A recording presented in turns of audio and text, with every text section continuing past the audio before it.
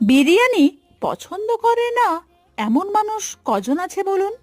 তা সে দাদা বৌদি বিরিয়ানি হোক বা আরসেলানের বা বাড়ির তৈরি জম্পেস বিরিয়ানি, বাঙালি সবেতেই হ্যাঁ। গোটা ভারতবর্ষের প্রত্যেকটা মানুষকে যদি এক টেবিলে বসাতে হয়, তাহলে দুটো জিনিস কিন্তু কার্যকর। একটি হলো ক্রিকেট আর একটি হলো বিরিয়ানি। কিন্তু বিরিয়ানির ইতিহাসটা কি জানা আছে? কোথা থেকে আসলো এই সুস্বাদু খাবারের? চলুন তাহলে জেনে নেওয়া যাক।